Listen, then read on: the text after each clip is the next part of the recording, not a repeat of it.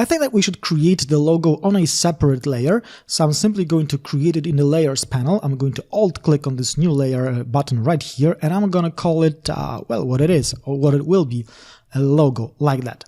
But before we start, let me just point out one thing. I just wanted to caution you about one thing. Sometimes companies can be quite strict about their policy on like sharing or reproducing their company logos. And if you don't want to, if you are afraid that someone might, might tell you that you are infringing some copyrights or something like that, it might be, safer to just create a simple dot right here, white dot, and not to include the logo. However, for educational purposes, I think that it would be good if we just learned how to recreate this Xbox logo. So it would be like another piece of design knowledge inside this class. So I got a logo layer right here, and of course I'm gonna start with creating a simple ellipse. So I'm gonna press L on the keyboard and just create an ellipse from the center by pressing both Alt and Shift on my keyboard, and create a ellipse that would look something like that. I will exchange the fill with the stroke by pressing Shift X on my keyboard. Okay, so in order to create this X symbol, we need to have these paths that we can then cut out from the underlying ellipse, right? So if you want to go with the pen tool, well, be my guest. If you want to do it with the pen tool, just go ahead. I, however, am going to use the arc tool because I like the arc tool, and I think it's going to be a bit easier for us to create this kind of an arc with the arc tool. So with the arc tool, I'm simply going to press and click and drag to create an arc that is going to look more or less like this.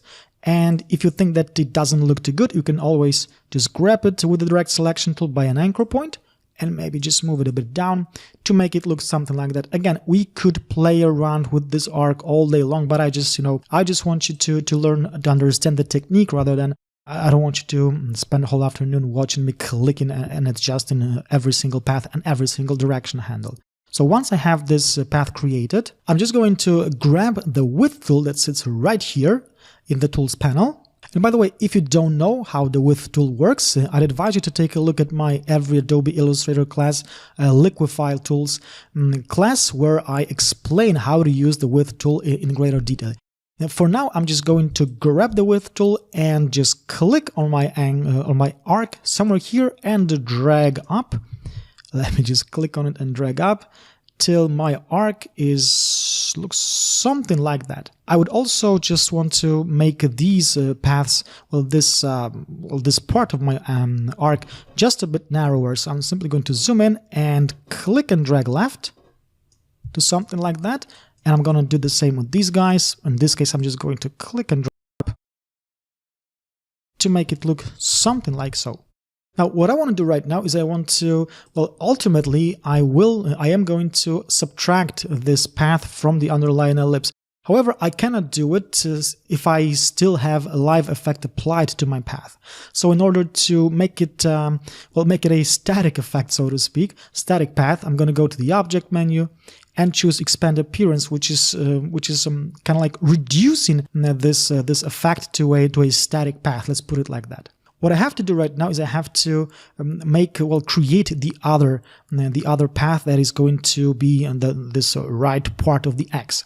So what I'm going to do is I'm going to copy and paste this guy in front. So by clicking first Control-C and then Control-F on my keyboard. And now I can simply rotate it just like so. I'm going to hold down the Shift key. And then let me just move it down. Maybe a bit up. Maybe even a bit up, maybe somewhere here, and maybe let me just reposition it ever so slightly. We could maybe exchange for a second and with the stroke, and maybe bring this guy up a bit more. It will require a bit of tweaking, something like that. Maybe let's try to align these guys. Just like so. Okay, let's not split hairs here. Let's leave it like that. So I'm going to grab this path right here, and I'm going to grab this path right here, so both these X paths. And with the Pathfinder tool, I'm going to unite them just like so. So now I can grab it, and I can grab the underlying path, and I can subtract this top shape from this underlying ellipse. And as you can see, we created this kind of an X look just like so.